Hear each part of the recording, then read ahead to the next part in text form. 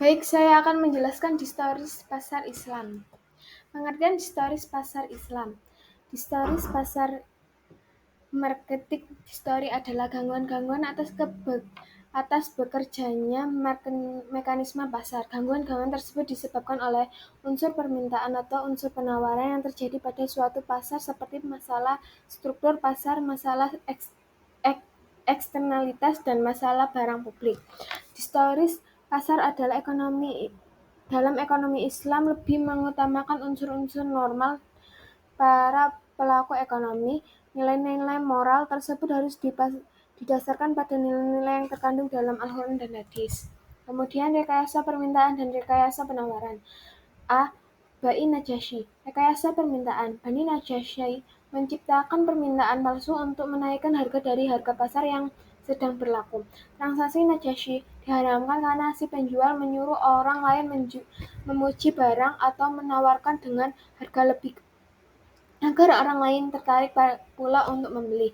Kemudian akibat dari kejadian tersebut terjadi permintaan palsu yang mana tingkat permintaan tidak tercapai secara alami.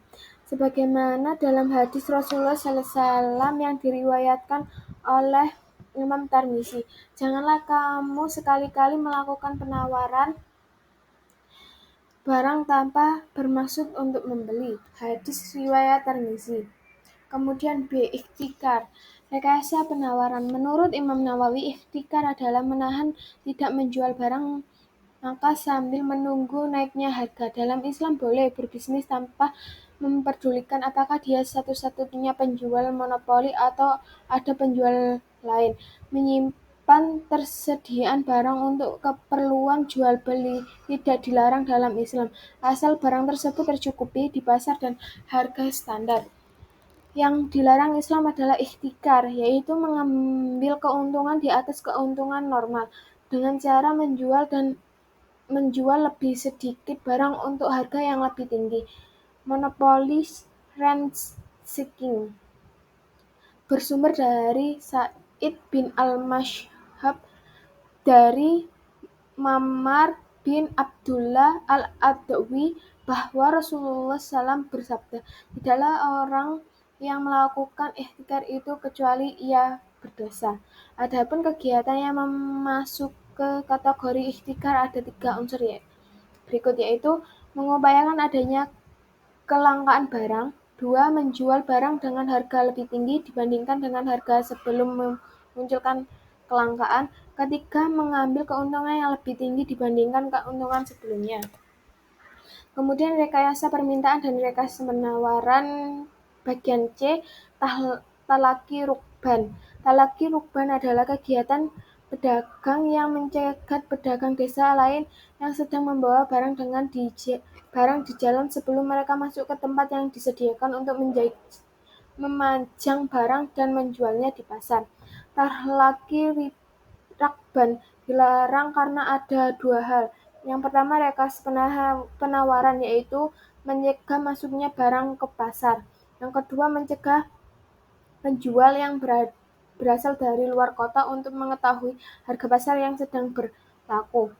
Inti dari larangan ini adalah ketika keadilan pedagang kota yang tidak menginformasikan harga pasar yang sebenarnya. Dalam Islam tidak ada larangan untuk mencari barang dengan harga lebih murah.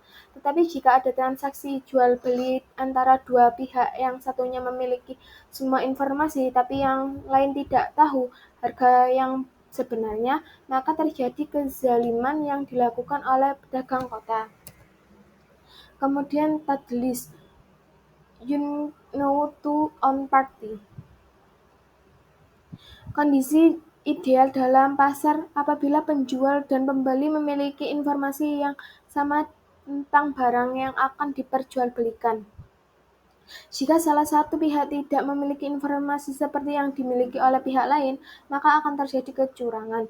Dalam ekonomi Islam, hal ini juga dilarang karena adanya informasi yang tidak sama antara kedua belah pihak, maka unsur antadin minkum, kesukarelaan, telah dilanggar. Untuk menghindari penipuan, maka masing-masing pihak harus mengetahui dan mempelajari strategi pihak lain. Dalam ekonomi konvensional, hal ini dikenal dengan Game teori.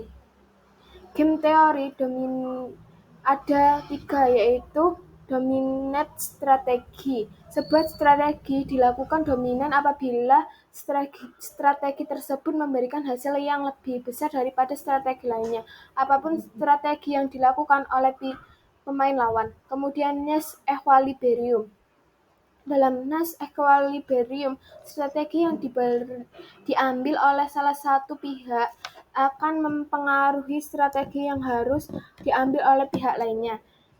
Mixed strategi. Mixed strategi adalah strategi di mana kedua pihak membuat pilihan secara acak dari 2 atau lebih pihak yang ada berdasarkan kemungkinan yang terjadi.